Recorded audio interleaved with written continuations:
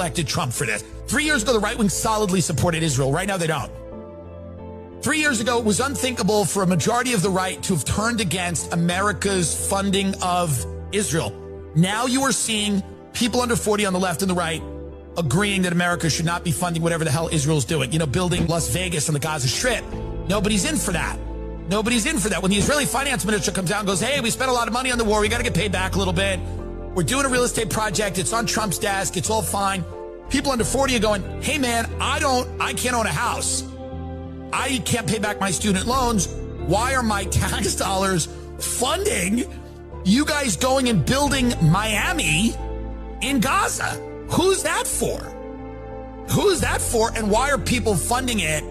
If you work at a 7-Eleven for 12 hours a day on your feet, your tax dollars are going so that real estate developers can build luxury condos with floating bathtubs in Gaza. There's no way anyone elected Trump for this. There's zero. That is so true. It's not really funny because I think of my mind, all right, I don't work at 7-Eleven and neither do you, but I don't want my tax dollars going for that either. I think, to be honest with you, I think Israel, because this is undisputable, we fund their entire country. That is, it's not even disputable. And that is why you just saw, just to get on a little side rant, Larry Ellison buying up at Trump's nod, because he gets money too. CBS, he put that Weiss woman in charge of it. They're trying to take back the narrative, and it's not going to work. But that's what you're watching when you saw that whole move. They're trying to take back the narrative because the left and the right under 40 have completely gone against the funding of Israel. Now, if we want to continue to fund Israel, forget about Canada. They should become the 51st state. Then I have no problem with it. But I do have a problem with giving money to another country when our own people are starving. That does not make me anti-Semitic. That does not make me anti-Jewish. That makes me American. I have no problem with Israel. I do have problems with our money going there. Sorry, I have every right to say that. And that is, frankly, straight up and down common sense. No, listen, common sense is not that common anymore, as we both know. One thing I was thinking the other day, I was going to post something and I held off, is, you know who's owed an apology in all this? E. Michael Jones is owed an apology with everything. I'll give you that. He's been saying this for years. He's been trying to say, and I don't care what any Catholic or anybody else says, E. Michael Jones is not an anti-Semite. Okay, I think I'm smart enough to know the difference between a Jew hater and somebody who's looking at the reality of the situation, which is what he's always done. Now it's like chic to hate on the Jews. You know what I mean? It's almost like you're obligated now to if you see all these people. I'm not going to mention names. Well, you shouldn't say hate on the Jews. Be critical is a better way to put it. Right, but the thing is, but some are like, well, first of all, the left. I don't like the fact that those who are critical of what's going on with Israel's actions towards Gaza, I'm never going to join the left because they have an agenda. We know that they have. There's always some kind of agenda. Yeah, but wrong is wrong, though. That's the thing. No, I agree with you on that. But E. Michael Jones has been trying to say for the longest time that we need to have an intelligent conversation about the JQ, about the Jewish question. Okay, anti-Semitic. The ADL and the Southern Poverty Law Center and all these groups. He's a hater and blah, blah, blah. And guess what? Now they're all jumping on the bandwagon. Now they all feel free. Dude, he's been doing this for a long time. 100% agree. When no one else did. If you read, it's a long book. It's a 1,000-page book. If you read The Jewish Revolutionary Spirit, okay, I'm sorry. I would like to see Tucker Carlson interview E. Michael Jones. I would like to see Patrick Bet-David interview E. Michael Jones. Candace Owens already did. They talked about pornography. Okay, so she has an interview that she brought it out from behind the paywall. I encourage everybody to go and watch it. E. Michael Jones has been saying we need to have real authentic dialogue on this question, or else there's going to be problems. And what do you see now, Joe? No, but we've talked about this. E. Michael Jones, it's how he articulates his message. He says that's his problem. He like under it, the message, there's a lot to be discussed. But when he throws like the Jew, you're like, dude, what are you doing? What are you doing? Like, that's not how you articulate the message. That's his problem. And that's probably why they don't put him on. I mean, we've interviewed him on other related subjects. He's a brilliant man. He speaks numerous languages. He's well versed on so many topics: philosophy, religion, geopolitics. He's a brilliant human being. He has a lot to offer the national conversation. It's just how he makes his presentation. To be honest with you, he needs us. He needs us to kind of be like, Mike, come on, dude. Let's get that message going a little bit better. Yeah, if we could just get him to stop saying the Jew. Yeah, that's it. Every time he says that, I cringe, dude. Right. I'm just it's what? Maybe just a little sensitivity there, as far as maybe it's not going to go over that well. We want people to listen to you, right? And people who, let's face it, they're sensitive to the way people phrase things. They might turn him off, and I want people to actually turn him on and listen. And maybe we could have a real deal conversation on that topic. But as far as everybody else goes, I'm sorry. It's like I said, it seems to be chic now. You're right. Wrong is wrong. And I think we had on Jason Jones the other day. Correct. And very critical of what's going on in Gaza. Very critical. And he's basically saying the same thing. What's going on in Gaza is it is not just. It really is coming down to vengeance more than it is justice. Okay. And he pointed it out. So I would encourage everybody to go out and watch that interview. That was a really good one with Jason Jones, and perhaps contribute if you go to the Frontline with Joe and Joe on X, YouTube, or Facebook. You'll see our interview from last week recently posted with Jason Jones. That was a great conversation. So today, Joe, I really believe Trump laid enough groundwork. I wish people would understand. I was actually having a conversation with my friend Angelo last night, right? So and we were talking about Julius Caesar. Julius Caesar was right on so many things, okay? His perspective, what he wanted to do, reforms that he wanted to try to institute. You know what Caesar's problem was? Pride. That was Caesar's problem. He thought that he was the only one that was actually going to be able to fix Rome. So he gave himself dictator powers for life. When the office itself was a 10-year office, he gave himself those powers for life. That's what got him killed. All right. But he wasn't wrong in what he wanted to do. And here's why I'm bringing that up, and I want your thoughts. Trump is doing, I think, a lot of the same thing. I think he needs some humility. He is not the answer. He's got the right ideas. He's laid the proper foundation. But the country is not going to live or die or survive based on Donald Trump himself. And I think he needs to understand that. Maybe he does. Maybe I'm wrong. I'm not saying I'm right or I'm sage in some way. But my larger point is that he has embodied in the presidency much of the frustration of the American people. And he's right on these things. But I'm more and more thinking he's not the guy. Okay. He's not the one that's going to continue the movement. Number one, he's now 80 years old. Okay. I'm tired of hearing this idea he's running for a third term. I don't want Trump for a third term. And we can get into that later. But where am I going with this? I think that, first of all, he needs some humility. But not for nothing, the foundation that he's laid, particularly with his 3 Supreme Court justice nominations that we talked about. Joe, what was that? 5 years ago. 5 years ago. Said that's why we voted for him 3 times, okay, for judges. And now you're seeing that the Democrats, they really, really are in a whole lot of trouble. Let me play a clip. We'll come right back and discuss it. Pretty accurately, mathematically, how the country's divided over the question of the presidency. But if you look at this is what the party pickups would be for congressional districts. Republicans, 5. Missouri, 1. North Carolina, 1. Ohio, 2 or 3. Indiana, 1 or 2. Florida, still discussion down there, but that could be another gold mine for them if they tipped it even further their way. Kansas won, New Hampshire won, and Nebraska.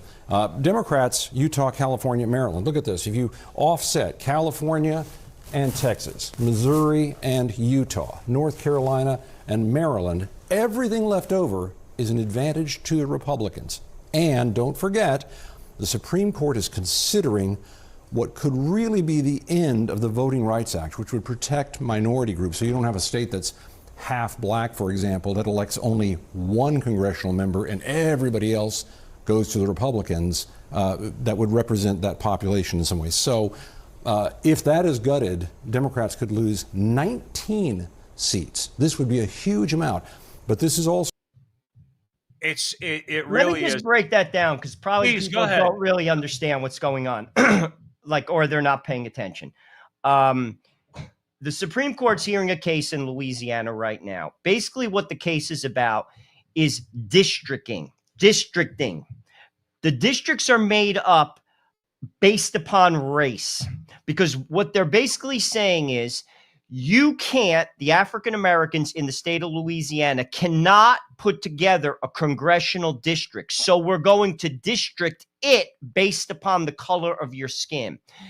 And what the United States is arguing right now under the Department of Justice, that is not constitutional. And they are right. And most probably the state of Louisiana is going to lose 6-3 because the three people who vote against everything do not pay attention to the Constitution. They're pure activists. And let me just, for those who disagree with me on that particular position, let me put this out there, and I want you to think about it. Say, for instance, I say if we're going to district based upon the color of skin, we're going to district based upon religion. That there are Catholics in specific states like Massachusetts, New York, New Jersey, Illinois, Los Angeles, the biggest diocese in the United States. And we are going to give the Catholics who vote a district based upon their religion. What would you say? Of course you would say that's not right, because it isn't right. That's not how the system works, just as it doesn't work based upon race. So that's what it's about, because, of course, the press is not spinning it that way. They're spinning it like it's discrimination, blah, blah, blah, blah, blah. No, you can't have it both ways. If you want equal rights under the law, well, then everyone's vote is the same, and the districts are going to be structured in the same manner. That's the argument. No one understands that because it's not presented in the way that I just presented it, because frankly, the way I just presented it is objective. And that is what's at stake. And they're going to lose, Joe Pasillo. That's right. So what's going to happen? He said 19 seats are going to flip. I've seen everywhere between 12 and 20. Say it's 19. Also, something to keep in mind, the census is soon to happen, and they're not going to count people who are non-citizens, i.e. illegals, in the census. That's also going to affect the districting, which means Republicans are going to get more seats. What does that mean? They will never, ever win the House. Ever. And what are they going to do about it? Well, first we have Barack Obama, who's out there, and he knows there's danger. Whenever Barack, I've said this on the show, that he pops his head, he's not stupid. He knows there's danger. They're in a lose-lose situation. My prediction, they have nowhere else to go but violence. That's a sad prediction, Joe Pasillo, but they have nowhere else to go, or they lie down and die. It's one of the two things. Well, first of all, it's what you just said is very rational here at the front line with Joe Pasillo and Joe Rossinello. So wherever you're seeing this, please help us out, like, subscribe, share. What you're saying is rational. We've seen their violence.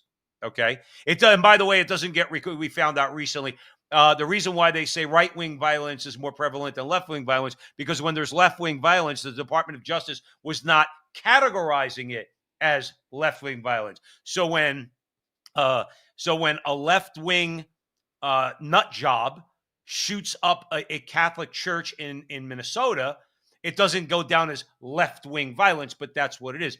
But I will offer you another alternative for what the Democrats could do. They have to come back from their realm of insanity that they live in. and understand that the things that they're pushing for are not going to get them into elected office in any major way. They'll win pockets with that, but pockets are not going to be enough to govern this country. What it means is, like you said, either they go violent, as you said, okay, or they lay down and die, which we know they're not going to do, or they're going to moderate their positions. Now, when you look at the fact that a communist is about to get elected mayor, and we'll get into that, and he is going to be elected. He's going to be elected mayor of New York City. No question. Then you say to yourself, we know then they're going to go for violence, because a communist mayor is going to allow violence. He'll stand down the police. We've seen that with the mayor of Chicago. He will do nothing to stop these kids from killing each other. Nothing. Okay. And then, and he says, to me, he's just an evil, evil man. What's his name? Brandon Johnson, or whatever his name is. In Chicago. Anyway, for the mayor of Chicago. So the thing is, I'd like your thoughts on this. What's the shot of Democrats saying, well, we're going to have to back off this agenda and we're going to have to come towards the middle? Dare I say, might even have to work with Donald Trump a little bit if they want to get elected. They're not there right now. Like, I hear what you're saying. Like, for instance, I've heard a number of people say it, that AOC is the best positioned candidate right now for the voice of the Democratic Party to run in 2028, and she will get demolished. She will win, as you said, pockets throughout the country. She will get demolished across the nation. Demolished. Because America is not buying it as a whole. New York City is not America. Chicago is not America. She will not win, even, to be honest with you, states like Georgia, North Carolina, where you have Atlanta. No way. No way is that going to happen. They refuse to move. The best candidates, if they really were thinking, would be Shapiro and Rahm Emanuel. And they will reject both outright. Shapiro being the governor of Pennsylvania. He's intelligent. I don't agree with him. He's intelligent. Rahm Emanuel understands politics. He's intelligent. He was the mayor of Chicago. The radical stuff isn't going to work. Here's the deal, though. In time, and this is another danger to keep in mind, is Mamdani a foreshadowing of something to come? And this is, I'm putting this out to the Chamber of Commerce Republicans. There is a real issue in America right now with regard to debt, with regard to housing, with regard to inflation. Many people under 40 are very, very, very upset and frankly see their life as hopeless. This is not me making this up. Go back to Charlie Kirk. He has said this. He's gone to college campuses. He's talking to the people. He has said this. So if that population continues to feel that way, and if solutions are not put forth, particularly from the Chamber of Commerce Republicans, who are going to have to give a little bit more, the Republican Party is going to have to almost revert back to what the Democratic Party used to be. A party of the people. Because if you can't provide solutions to that group of people, they can't buy a house. They can't get out from under their debt. The middle class begins to disappear. They will start to listen to people like Mamdani in the future, because desperate people just want basics. I want to eat. I'm not looking for anything more. Well, we have a clip that we're going to play in a little while at the front line with Joe and Joe, where Josh Hawley is talking to the president of the Teamsters Union, and I'll save the details for a few minutes. We'll get to it in a few minutes, where basically he's saying what you're saying. Why is it that two very similar companies in our economy, all right, one can pay their workers pension, benefits, wage, and be significantly profitable, and another one who's in a similar business doesn't? And this is, like you said, again, I don't want to be a spoiler. I want to talk about it when we get to that. But the thing is, this is like you said, Joe. If the Republicans don't get their head out of their ass and understand that the days of the white shoe, WASP, country club, elitist perception that the American people have of the Republican Party, unless they shed that, which means they're going to have to address the needs of families, like you said, not just eating, but prospering prospering. Even if you're a working guy, you're prospering in America. You own a home. You have mobility because you have a vehicle. You have a good job. You could put food on the table and clothes on your kids' backs and provide for their education and your own retirement, which is what most people want. Okay, most people don't. They have modest aspirations. They say, "Well, I'm a working guy, but I want to eat. I want to thrive in America." And you're right. Unless the Republicans address that, okay, you will get more Mamdanis. No, there's no question about that. I've talked. Now they're not going to go out to the suburbs. Real quick, Joe, they're not going to go out to the suburbs because the suburbs are going to reject them. But you will have a communist mayor of every major city in New York. No, you may even get one as the president. Look what happened to Canada. He's just in a fancy suit. Mark Carney is absolutely a radical leftist. Him and Mamdani will have a great dinner conversation. You can get a man just like that, and he will gut the country within 8 years. He'll gut it. You see, that's where the Republicans, and I've had these conversations with friends of mine at work that live in fancy towns in Long Island. They're very well-to-do. They can't let go of that Chamber of Commerce mentality. They can't get it through their head. No, they gotta. I know it. I've said this to them. I'm saying because they're threatening their own survival if they don't. They don't want to go there. I tell them that this all the time. There's an image on the Jesuit crest of two wolves eating out of a bucket. Why is that image significant? Because if the one wolf, it's the image of two people, very different, eating out of the same bucket. If the one wolf does not eat on the other side of the bucket tips, and guess what happens? That wolf attacks you because they don't have anything. That's what's going to happen, and that's why Mamdani is going to get elected. People have to think into it a little bit more. It's not, and frankly, a lot of it has to do with they're not informed, meaning they don't know that socialism is a dead end. It never has worked, and it doesn't work. The state doesn't care about you. If you don't believe me, look at what's going on in Europe right now. Europe is a basket case, a godless governmental body. It's what's it called? The EU does not mention God one bit in its documents. Look at it. Built by the Catholic Church. Built by the Catholic Church. And the same civilization has said to God, "See ya. We don't want you." Just to give you some idea, just to give an example, I love to give examples. Portugal is part of the EU. 80% of the tax dollars of the people of Portugal goes to Brussels. 80%. Doesn't even stay in their country. Right. So this is what you work for? Brussels? Get the frig out of here. Get out of here. That's absurd. No, it is absurd. I want to take the opportunity to welcome John Everett Button. He's in the chat room. John, I believe, is new to the show. John, welcome. Thank you for listening to the Frontline with Joe and Joe. Please share our videos if you like our conversations. So thanks for being here, John. God bless you, brother. But yeah, one thing I did want to say before, because we're going to keep the conversation moving about the Democrats. We got a clip from Bernie Sanders we want to discuss. But Joe, did you realize I did not know it was this bad? I forgot what source it was. Do you know what the percentage of Republican voters are in New England collectively? I heard 40. 40%. Do you know how many congressional seats they have? 0. Yeah, and then this is the thing that bothers me. And the guy from CNN in the clip that we played earlier, what does the headline say? Supreme Court's going to gut the Voting Rights Act. What about the voting rights of those 40 people? But here's the thing, that's on the agenda.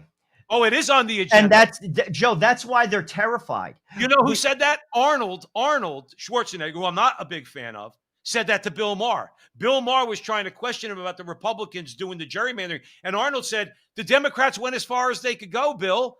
He goes, but don't sound shocked that gerrymandering goes on. Gerrymandering's been going on for 200 years. He goes, so what are you shocked about? The Democrats did it. They ran it all the way to the hilt. That's why New England doesn't have one Republican congressional member. Okay. And he said, well, now the Republicans' turn to do it. Well, no, but it's not even, dude, I just want equity.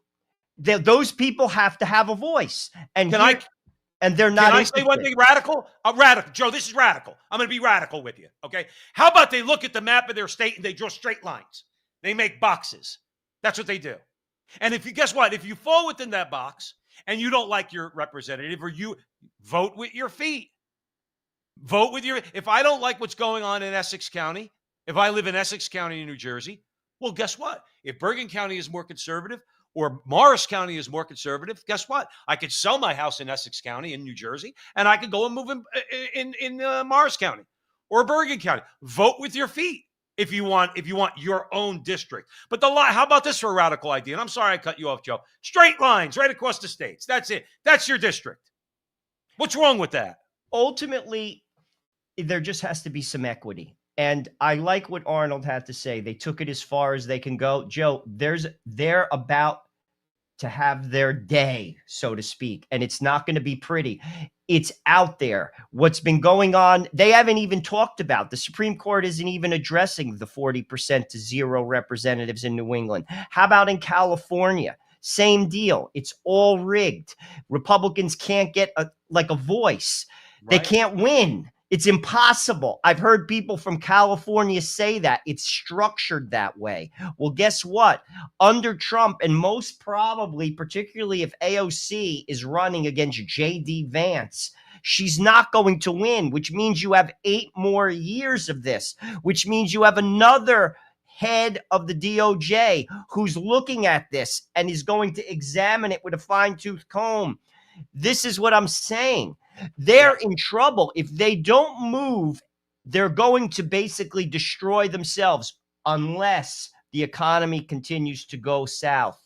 That is the 800-pound gorilla in the room, because historically speaking, parts of the world, particularly I've seen it in India, this also is the case in northern Brazil, people who can't eat lean to the far left because all they do is bribe them with a bag of rice.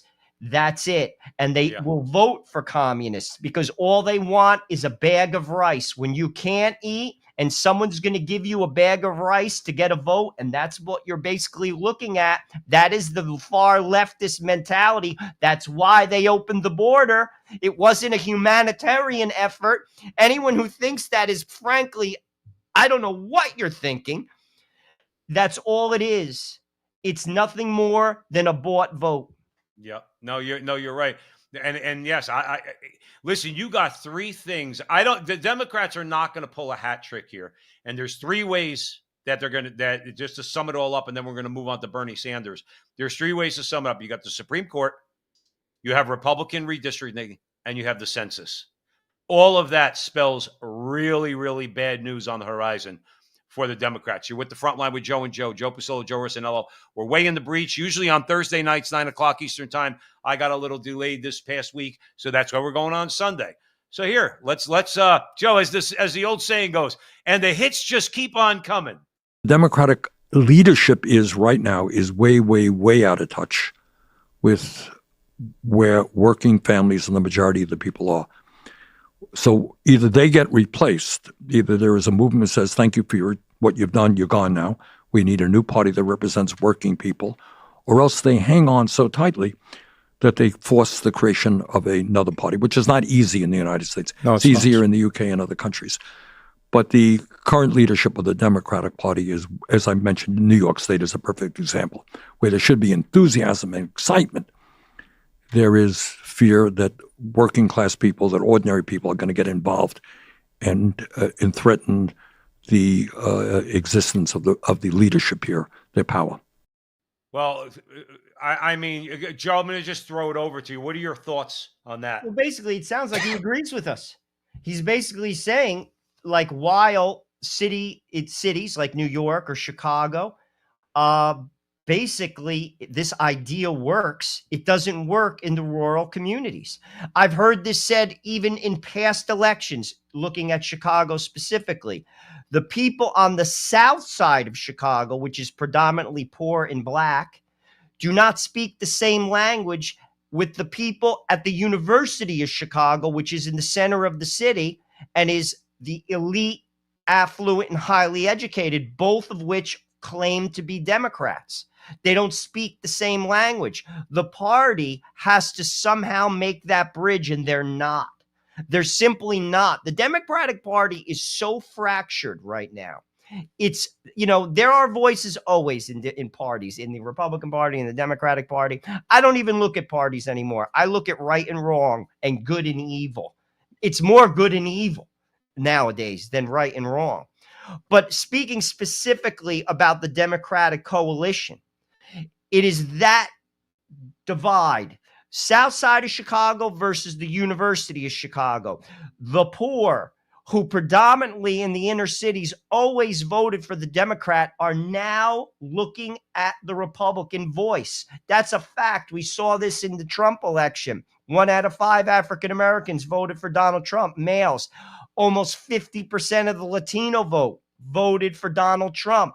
Many of those people are in the cities. Why is that? Because the people who came across the border in droves, they came for one reason and one reason only. No one's talking about this. Some are, not enough. They came for votes. That's why they did this. And they're taking the resources of those people. Listen and do some research. It's all over X. People in the South Side of Chicago, in the Bronx, in Brooklyn, telling you, the voter, why they're no longer voting for the Democrat. Right. That's going to continue, Joe Pasillo. And if it does, they're in a lot of trouble. Bernie Sanders knows it. Yeah, Bernie Sanders knows it. The problem is, though, he's a poor spokesman for like our good friend, female KC Royals fan. Hey, what's happening? Is that Bernie's a communist. He doesn't represent working people. Now, part of me thinks that communists are deluded enough to think that we all think that they actually represent working people. And we know that they don't. Communists are interested in one thing, their own power. State power, that's what they want. Bernie Sanders is no different. Bernie Sanders talks about being out of touch with the American people and current Democrat leadership. I want to say, Bernie, the reason why they robbed you during the 2016 Democrat primary and they handed the crown over to Hillary Clinton is because they know you'll never get elected either, Bernie. So they had a better shot with her because maybe she could sound moderate. Bernie, you're a bad spokesperson for somebody who's criticizing your party for being out of touch with the American people. Because guess what? Working class people, Bernie, yes, Joe Arsenault was right. They want food on the table and they want clothes on their back and they want a living wage. But they are not socialists, Bernie. You are. I agree with a lot of the observations of Bernie Sanders. He makes a lot of keen observations. I don't agree with his solutions, but this is where Bernie Sanders is hypocritical. Bernie Sanders takes money. Bernie Sanders makes himself sound like, I'm taking $5 donations from the factory workers in the middle of Oklahoma. Wrong, Bernie. You are getting money too, because there's the only way you can campaign in America. It's the only way. He talks about it too, as if he doesn't do it. He does it. He gets money too, is the way that our campaign financing structure works. It does not work for the regular man's voice. It disenfranchises the regular man. We are an aristocracy that governs a nation in disguise as a constitutional republic that also votes. That is exactly what we are, based upon how campaigns are structured from a financial perspective. That has to change, and it never will, because that would require a revolution beyond comprehension, because powerful people don't give up power. But at least people should understand that. That is what we have. That is reality. Well, listen, we started the conversation talking about redistricting and Democrats losing. I'm not saying, listen, Republicans don't walk on water. In fact, far from it. All right. We both know that, and we've been very critical of the party we ostensibly vote for. Okay. I can't vote Democrat in my conscience. I've never, in my lifetime, there are very few people who I looked at in the Democrat Party and said, well, I could vote for that guy. All right. Maybe Clinton. But he was just too much of a silver-tongued devil. Just never trusted that guy. But the thing is, they are going to get, as we said earlier, they are going to get, or should get, trounced, because again, they're not going to pull a hat trick. They're not going to win at the Supreme Court, stop the Republicans from redistricting, and Donald Trump doing the census and not counting non-Americans, non-Americans. They're not going to pull that hat trick.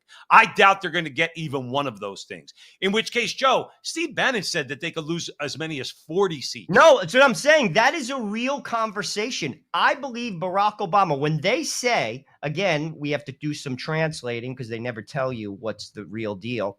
That's why you're watching our show, by the way. When he says it's a threat to democracy. No, it's a threat to you.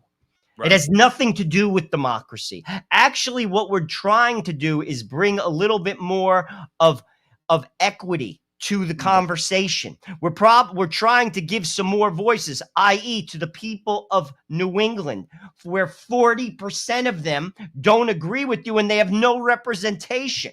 It's undisputable.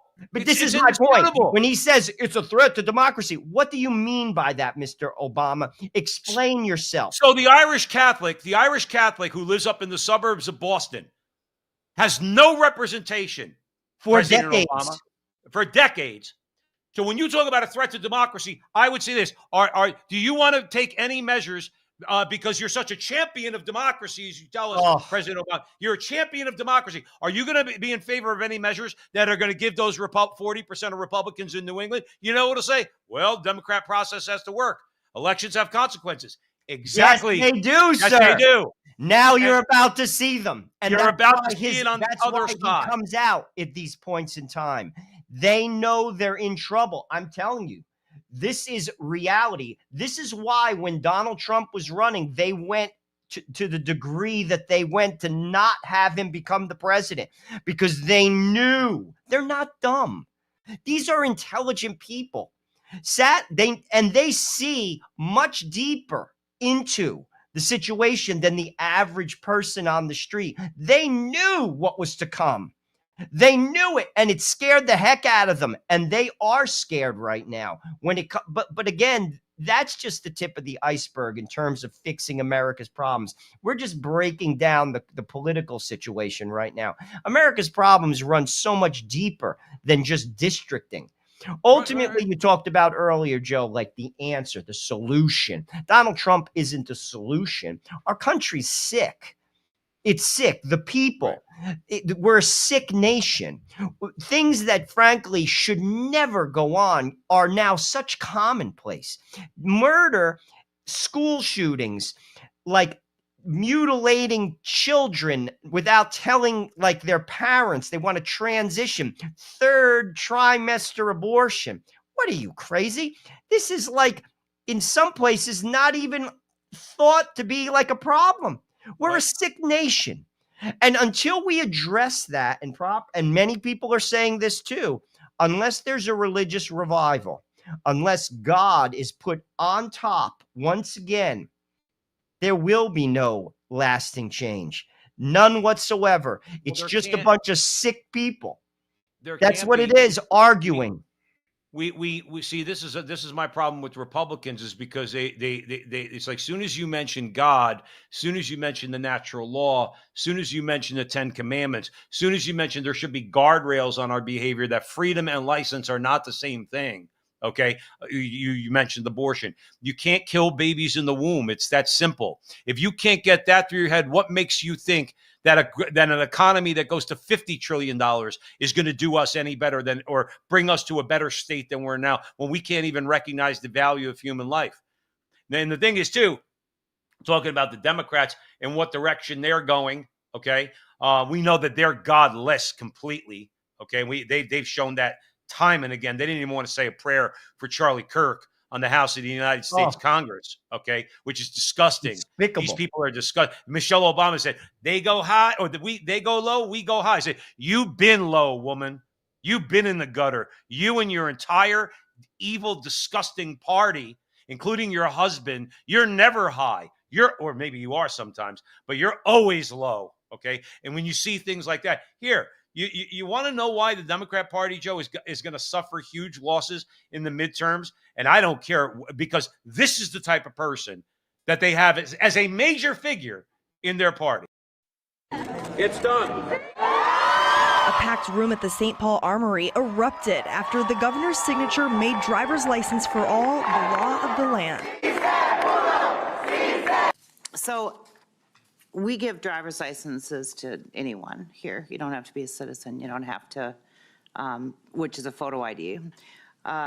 So if someone comes in, they register, they have the driver's license, but they have an incorrect social or no social or whatever. So then they become incomplete. But if they walk in to vote with their driver's license, does that make them all of a sudden now okay? Mr. Linnell. Madam Chair, so the designation on the roster for someone whose registration had been incomplete, if they present the election judge with that acceptable identification document, that would clear the challenge from the roster and they would be permitted to cast a ballot. Mr. Anderson. Well, okay, there's your problem potentially. So thank you. So just to clarify, someone who is not a citizen but presents a driver's license at that point in the process could be permitted to vote. Madam Chair, at the time of registration, as well as at the time of submitting a ballot, every voter is signing the attestation affirming their eligibility to vote, including that they meet all eligibility requirements, that they are a U.S. citizen. So what? You signed something. You clearly aren't. Right. This is, at least Minnesota is being forthright in what this plan was all about. That's where I give them some credit. At least they're not disguising it, because that was what it was about, the open border. It was not about humanitarian reasons why we're giving people a chance. And frankly, what took place on the border, the rapes, the child trafficking, no one talked about. No one. No one, not Right. even the Catholic Church. I didn't hear a peep. No one. Very It was upsetting. disgraceful what Very took place. upsetting. And I am all for giving people a chance. I am all for immigration, and I am not for merit-based immigration. But it's also in the catechism of the Catholic Church that the borders are legitimate in a country. Borders are legitimate, and there has to be prudence. There was no prudence. This mass group of people, human beings, yes, many of them Catholic, yes, who came into America, lowered the wage of the working man in America, made prices of rents get driven sky high in low-income areas. Where is anyone talking about that? Do you want some of these people in here? Of course, give people a chance. I'm all about it. Was there any thinking involved? Was there any plan? Was there anything involved other than what that woman just brought out? It was a power play. Be damned the working poor in America. And that is exactly what it was. And at least Minnesota is being transparent about it. I have had it with the virtue signaling of all these people, as if they cared about these people. You don't care about them. What are you doing other than getting their vote, and they're giving you power so you could, frankly, so America could slaughter children in the womb? That is exactly what that is about. Yo, that's really what it comes down to. I mean, it's like, again, it's you said it right, the virtue signaling. It's constantly like Trump's a racist. If you support him, you're a racist because you don't want people to come across the border. Joe, I'm sorry. I would never do this, but this is what makes me want to slap somebody in the teeth. It's like, because I don't like to be called names, especially since I know that I know that I know you're lying about me, but you got to call me a racist because of my position, let's say, on when it comes to the border. And how about equity? You used the word equity a few times in our conversation here tonight at the front line with Joe and Joe in regards to, let's say, districting and all that. Well, what about the equity that or justice that my mother deserves? Okay, that my mother came here and had to take a test, had to learn English, had to get a driver's license. Okay, she was not automatically registered to vote. She had to do all these things. Okay, she did not become a citizen until after my brother and I were born in 1966 and 1967. Where's the fairness to my mother? Why does somebody get to come in here and just walk in and Tim Walz is going to give him a driver's license? Where's my mother's effing apology, Governor Walz? Because you owe my mother and millions of Irish, German, Italian, so many people, immigrants that came to this country. You owe them all an apology.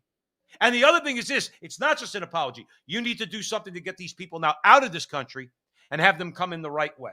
and have controlled immigration into this country. As you said, I'm not for merit-based immigration either, because then that's all you're getting is doctors and lawyers. We have enough doctors and lawyers. You know what? You want to know what my litmus test is? You want to be an American, and all that means. You want to do things right. You want to. Many of these people do. In right, fairness, many people don't do. I agree with you. And I can't fault them. They're just pawns. They're being used. It's like what's going on in the Ukraine. The Ukraine in the last 100 years, this is round number 2. First, the Russians just starved them to death. The kulaks got starved to death by Stalin. And now we're destroying them again because NATO wants to move its borders east. Disgusting. That is what's been going on. It's disgusting. These poor people are just being used for political power. And no one says a word. No one says a word. Right. Hey, well, I'll tell you what, though. I mean, it's not here. It's not only here. But I'm glad you sent this clip because I want to play it because it really hurts me. In my heart and in my soul, what's happening in Ireland is really, it really bothers me in my soul. Take a listen. The anti-Irish agenda that is taking place in Ireland is a shame, and it is rumbling towards an earthquake with the general public of Ireland. And I raised awareness. I went as far as I could go at this present time. But Ireland, under its political cartel, is not a place for new voices. And it is an undemocratic process that is taking place. And it's an absolute shame, a travesty. Nothing to do with Rosie O'Donnell. I don't know Rosie. She's a comedian and whatnot. I believe she's in Ireland. She's been on a few talk shows. I have no issue with Rosie. I am for my country. I'm a God-fearing patriot. And may God-fearing patriotism win in this fight against evil. And that is what it is. There's so much travesty taking place in Ireland that screams me to sleep at night. So obviously, I mean, again, the reason why I'm glad you sent that clip is because the same thing is happening. They don't have the people There's aren't no represented democracy. in Ireland. That's a joke. Just so people know, he had to drop out. And by the way, last I heard, he had an approval rating of 60%. He was going. Why did he have to drop out? Basically, because he was going to win. That's what they made him drop out. He's basically saying, I was going to run for president, and the powers that be, the structure, basically wouldn't permit it. So they made him drop out. And that is because he was going to win. Right. And this is the ruse that's been going on. They tried to do it in America with Trump. They just didn't succeed by the grace of God. How that didn't happen, I don't even know. They put a bullet that hit him in the ear. If that wasn't like the hand of God, I don't know what was. These are not democracies, people. That is a perfect example of it. You actually think the UK is a democracy? You actually think what's going on in France is a democracy, or in Germany? They're so tightly under the boot of the globalist regime that is the EU, that it's absurd, and they need to be called out. And frankly, America, and it's starting, the conversation is starting. We have to distance ourselves from these nations. We have nothing in common with you anymore. I said this on the last show, and I'll say it again. If you're not for the regular man, the voice of the people, a democracy, you are nothing more than a dictatorship. That is tyranny, and that is not what this country is about. Goodbye, sir. We will find other allies. I am not interested in what you're selling or pushing. Have a good day. That is absolutely absurd. And that's what's going on. That's real. And you should look, people, I'm telling you right now, start doing some research, because that's what's spreading. Democracy is dying across the globe. No, it's absolutely true. And again, that's why, we show the clips. It's all out there. The media, the good thing in all of this, Joe, over the last 10 or 15 years with all this nonsense is that the media and the power that they have has waned so much and that's why they obviously try to stop Elon Musk. That's why Zuckerberg is now a bad guy because he loosened the restrictions on Facebook. So you actually could talk about things like rigged elections and vaccines or vaccine BS and all that stuff. That's why they hate all this, because they can't fight this. They're trying to. They'd love to. The same way they're trying to fight Bitcoin, because they don't have control over Bitcoin. They don't have control over social media. They will get so much pushback. Because remember, if you can control what I say, well, then what about the leftist who's on X or Facebook and says something, and Facebook drops the hammer on them? They don't want that either, right? They have no choice but to let this be a free market, a true free marketplace of ideas. And to me, that's a very encouraging thing, because E. Michael Jones has said this a number of times, and many others have said it's an obvious statement, but thank God, and I'm paraphrasing, thank God for the ability. He goes, I can hit a button and I could go live with my brother-in-law who's in New Jersey and I'm in Arizona, and we could talk about these things, and people are out there, like our good friends are in the chat room. People are out there actually watching and listening. And we're not raising anybody's consciousness. We're raising our own consciousness as a community by just simply talking about these things. That's what we need to get back to. But remember, we're talking about the left. They don't want to talk about things because the crap that comes out of their mouths, people just say, dude, are you smoking crack?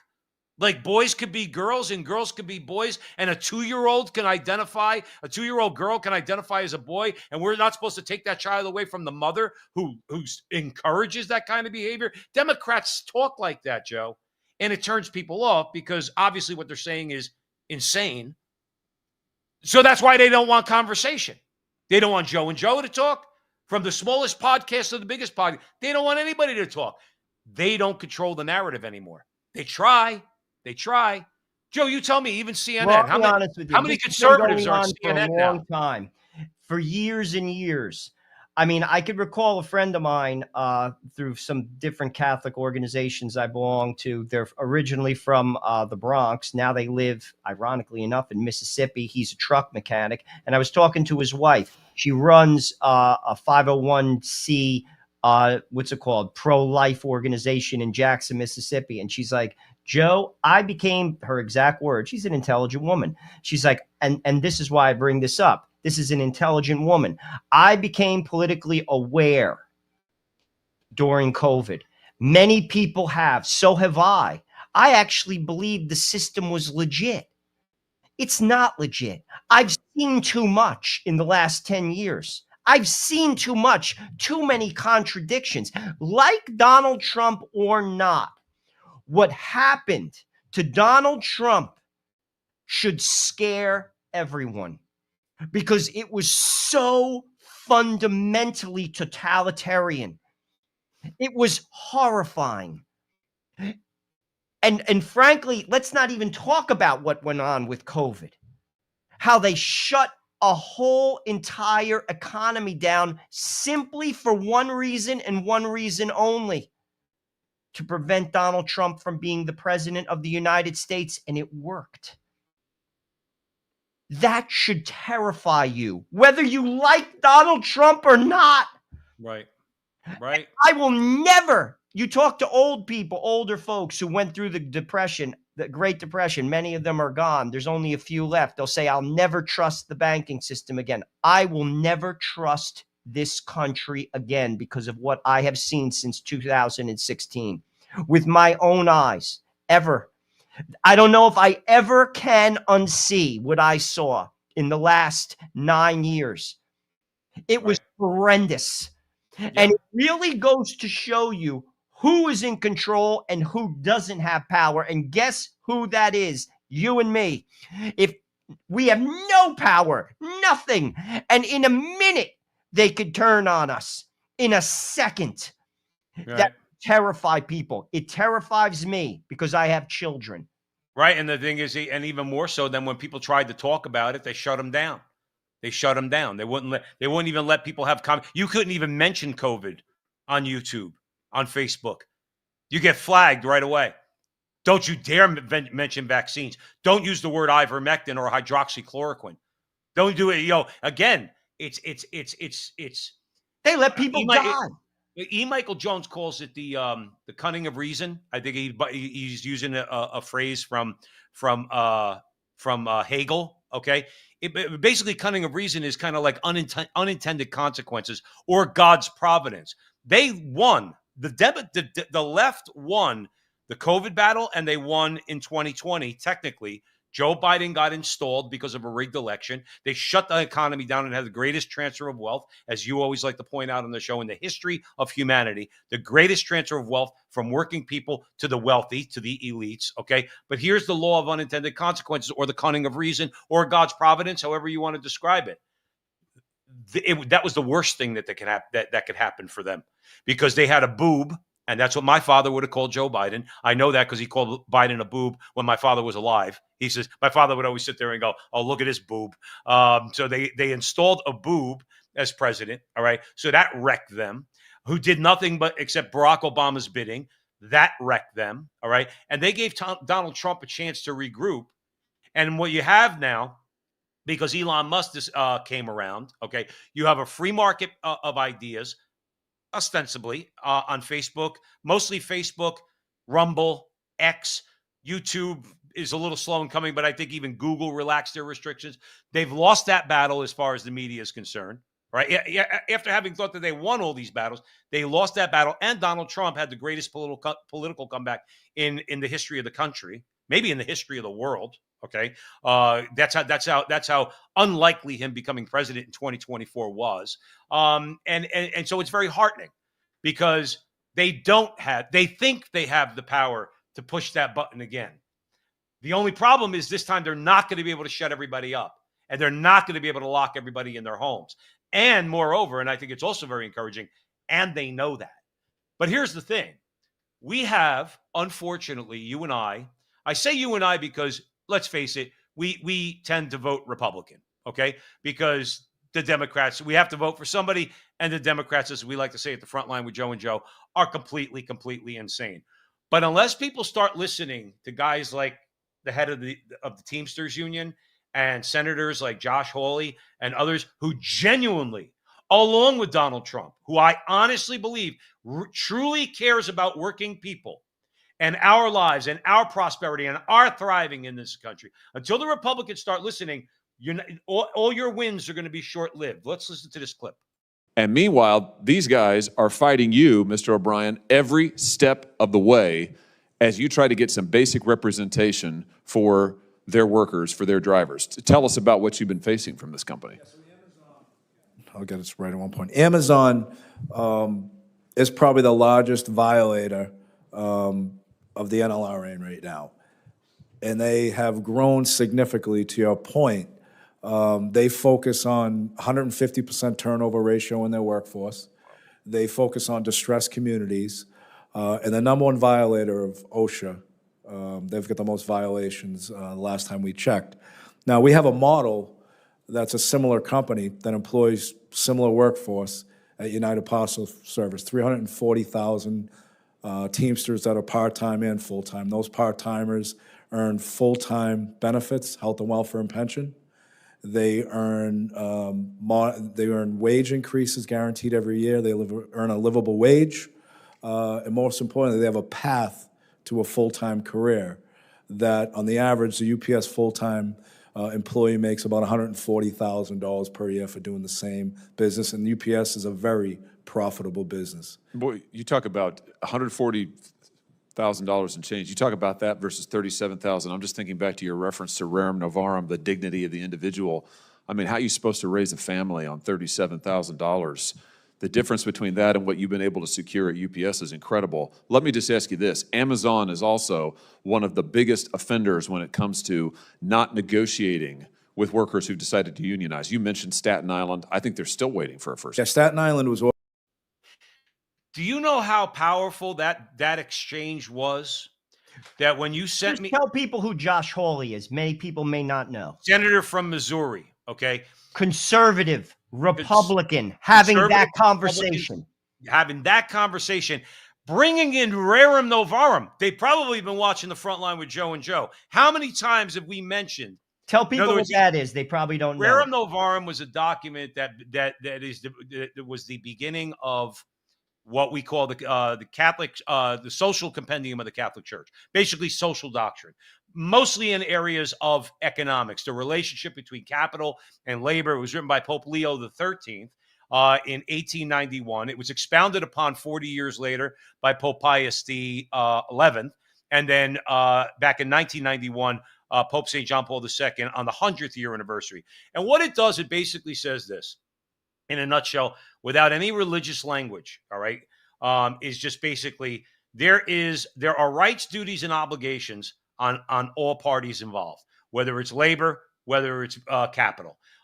It was a document that condemned communism, okay, because it was a new thing, and that's what Rerum Novarum means, new things. Communism was a new thing, but then it was also equally critical of rabid capitalism and consumerism, because both are materialist worldviews that don't leave any room for the transcendent. Again, I don't want to get all muddled, but Rerum Novarum laid out the Catholic foundation, which is neither rabid capitalist. It is free market and respects free markets, okay, but is not in favor of rabid capitalism or state ownership of the means of production and communism. So that's what so to hear the document itself brought up in an exchange between the Teamsters president and Senator Josh Hawley in the United States Senate, I was like, Lord, thank you, because that's if the Republicans want the winning playbook. Let me put the finer point on the economy. Jeff Bezos and Amazon need to have their feet held to the fire, and let that be an example to all the other companies out there. What did he say? I'm going to throw it over to you. What did he say? What does Amazon do? They go into places where $37,000 is all the money in the world. That's where they go. They're not interested in being in places where guys like you are, where you say, well, dude, listen, you got to pay us $50, $60 an hour. You want me to break my ass on a loading dock? And by the way, my hand's raised. I used to be a member of Teamsters Local 560 a long time ago in another life. I've loaded my share of trucks. That is hard work. And Amazon, Bezos, because they want their market cap to stay at a couple of $1 trillion, they get away with paying somebody $37,000 a year. If the Republicans want the best playbook for how they're supposed to craft their policies, they ought to collectively go and have a symposium of some kind, okay, and have somebody teach them about the principles outlined in Rerum Novarum. I promise you this, if they did that, every blue-collar Democrat in this country will vote Republican. I've thought about this, and the reason why they won't is because that will lower the S&P, which just hit 45,000. And they don't. The Dow, I'm sorry. That is why they don't. That, if you ask me, is a metric that every time it hits a record high, the lower half of America gets nothing. It's at the expense. The only reason why the people, as in the people who control the levels of power, don't speak out against Amazon is because that will affect their stock price. Because if they have to pay people, Walmart doesn't pay a union wage either, by the way. Right. If they have to pay people a proper salary to live, the stock price goes down, and that lowers the Dow. And in doing that, that affects the richest of the rich in America. And that's what it's all about. That is why they took away pensions from companies. I can go on and price, like on and profit sharing and all of it. It's basically run up the Dow and driven down the rest of America. And that's where the Republicans, including the elite Democrats who pretend like they care about others, they live in the same neighborhoods as the Chamber of Commerce Republicans. Their kids go to the same schools, and they all belong to the same country club. Right. But getting back to that conversation, an amazing duo that, say, 30 years ago would never have happened. How those two men are seeing eye to eye.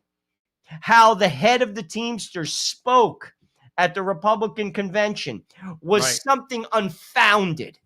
Right. that should tell people where the average man is and where the political direction is going of the average man. The Democrats don't care about it as it stands under the leadership of the AOCs. Do you want me to back up what you just said?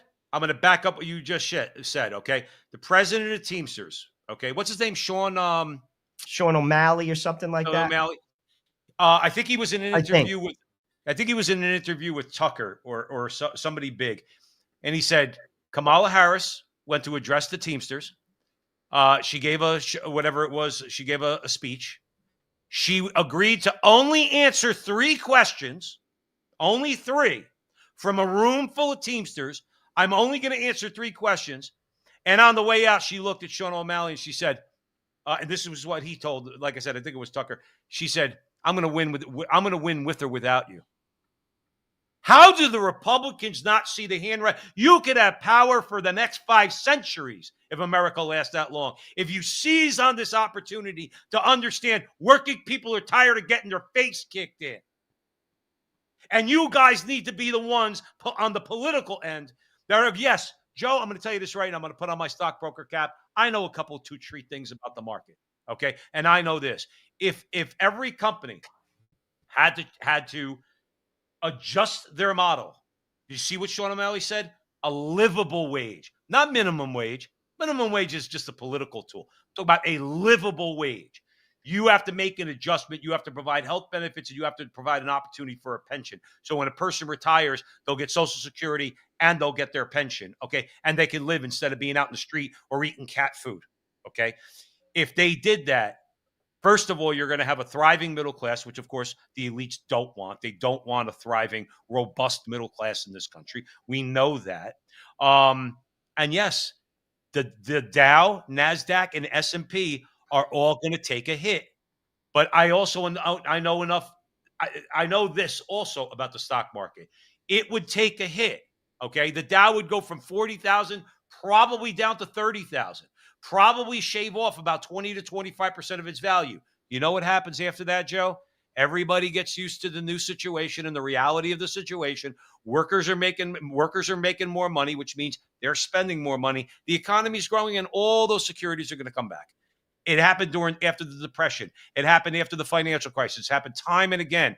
You get the shock to the market sells off. It happened this year when Trump announced the tariffs. The NASDAQ went down 4,000 points. It went down 20%. Okay. What happened after that? Well, the NASDAQ's back at 23,000. The year's not even over yet. So that was in April. It will regroup. You're right. They don't want that. Okay. Because of their they could care less. But the bottom line is they know over time those stocks are coming back. What they don't want to do, and then I'm going to hand it over to you, and this is always the problem. What they don't want to do is they don't want to share any of their wealth. They don't. No, that's a fact. And that's where I laugh when elite Democrats pretend. It cracks me up. Even Bernie Sanders, he's wealthy. He owns 3 properties. Most people don't own 1. And Sean Marie, thank you for correcting me. Yeah, Sean O'Brien. Sean O'Brien. It's not a Sean O'Malley, the head of the Teamsters. That's in the chat. Anyway, that is laughable when we hear those voices out there. Even Barack Obama. These voices, we're here for the little man. Yeah, whatever. You own a mansion on Martha's Vineyard that's $40 million. Where'd you get that money, Barack? You own another mansion in D.C. that's worth 12, and you're building 2 homes in Hawaii. Where'd you get that money? Right. You're for the little man? What are you talking about? Who believes that? And he's not the only one. Joe Biden's the same way. And there's a ton of Republicans. Lindsey Graham. Where do you get that money, Lindsey? Right. The other guy from Kentucky, who's basically completely McConnell. Another one, multimillionaire. Where'd you get that money? You're for the little man, right? It's laughable. That is the winning model. But I'll be honest with you. The question comes down to it. Will the Republicans see it? And I'll be honest with you. I don't have confidence in them. I actually think, to be truthful with you, Joe, the Mandanis of the world are coming. We should hear the footsteps. What's happening in New York is a foreshadowing of what will happen in America if this continues. That conversation that we just put out there between Josh Hawley, who's arguably one of the most conservative senators in the United States of America, with the head of the Teamsters, Irish Catholic from Massachusetts, no less. That conversation has to grow. If it does grow, the middle class will grow. And if the middle class grows, America thrives again. If not, the end result is President Mondani. I wouldn't be shocked. We got one more quick clip for you. And this really says a lot. In 1943, the following directive was issued from party headquarters to all communists in the United States. It read, "When certain obstructionists become too irritating, label them after suitable buildups as fascist or Nazi or anti-Semitic, and use the prestige of anti-fascist and tolerance organizations to discredit them. In the public mind, constantly associate those who oppose us with those names which already have a bad smell.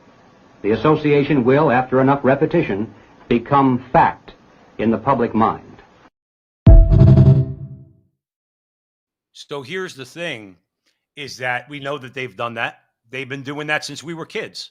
When Ronald Reagan... They're doing it now. Well, no, I'm saying... the word fascist around now. You don't even know what it means. No, if you asked any of these people to define fascist, they're just going, "Oh, he's a dictator." Okay, that's not the definition. You don't even know what fascist is. If you knew what fascist was, you'd realize that you people are actually the ones who that is the irony of it all. Right. So the thing is, but that's what they've done. I will say this, and my comment on that is, it's like calling someone racist. It's like calling someone anti-Semitic, calling someone a Nazi or a fascist. All of those labels that they throw at people, whether it be us or our audience members or politicians, whoever the case might be, inconvenient people for the elites, they don't pack a punch anymore. Nobody really cares if you call them racist anymore.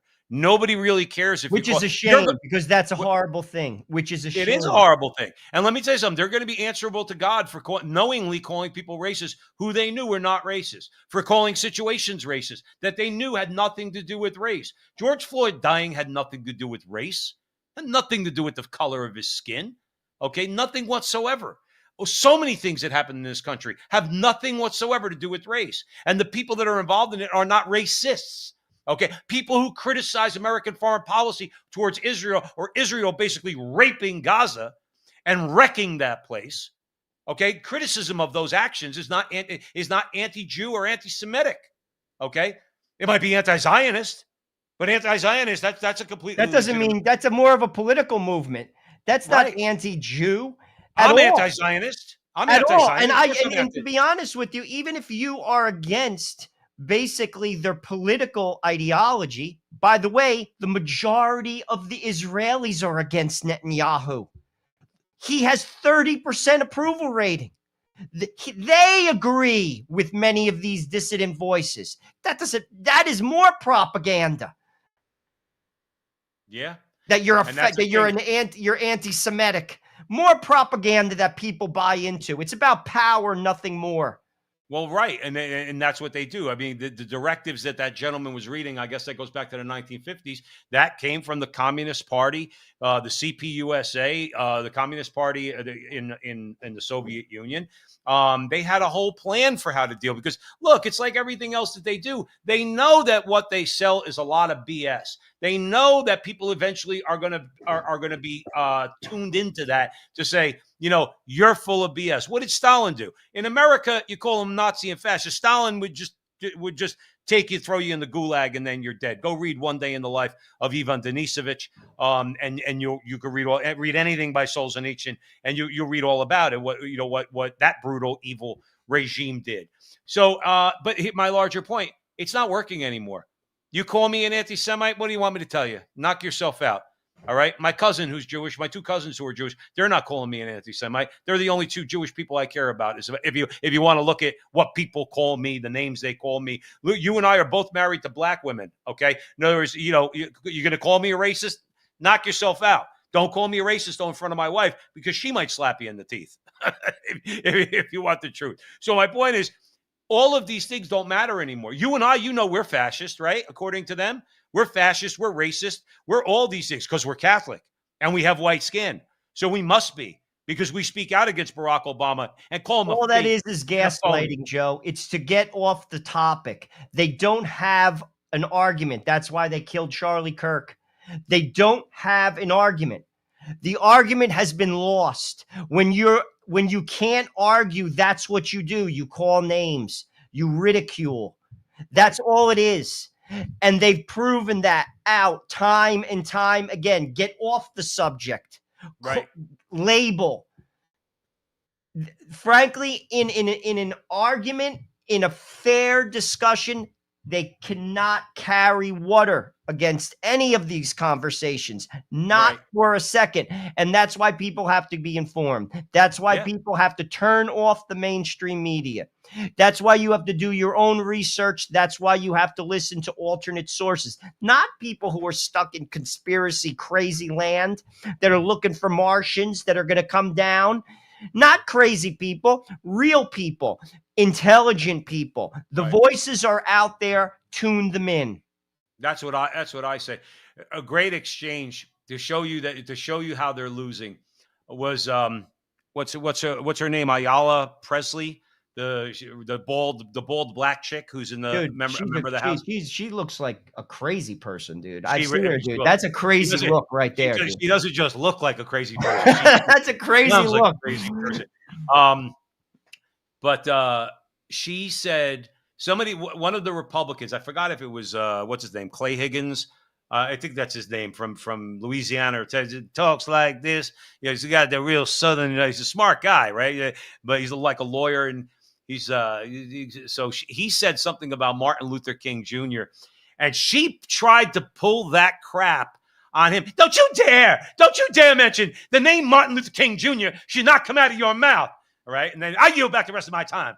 So then they go back to Clay Higgins. Well, that's a good thing about America is that I get to say whatever the hell I want, and I'll mention whoever I want, and I'll talk about whoever I want. So that's all I got to say about that. It doesn't work anymore. Martin Luther King would not agree with the DEI movement right now. That's a fact. He would be outright rejected. The Democratic Party right now would not be for Bill Clinton, and the Democratic Party would not be for Barack Obama on the original platform that he ran on. That is an absolute fact. Any person that disputes that is not objective and is not paying attention. That is a fact. Can you imagine going so far to the left that you're to the left of Barack Obama? Think about that. Anyway, thanks, everybody, for joining us at the front line with Joe and Joe. Joe Pasillo, Joe Rossinello. Great conversation as always. It just kind of gets my blood flowing, which is always awesome. So wherever you're seeing this, Gladys, how are you? John, a bunch of our friends are here. Zenny is in the chat room, and a whole bunch of others. So we want to thank you for joining us and supporting us, as you always do. Wherever you're watching this video, Facebook, YouTube, X, help us out. Hit the subscribe button, hit the like button, tell your friends, tell your families. Hey, did you ever hear these two crazy Italian guys from New Jersey? No, it's Joe and Joe. Those guys are great. We need to get them a bigger audience, and God willing, and we mean that, Joe, and I mean that sincerely. We will get to a wider audience, and we are in this fight nonetheless. We're going to keep doing what we're doing. We hope you keep doing what you're doing. Don't let them beat you. Don't let them discourage you. Don't let them depress you, mainly because we have God.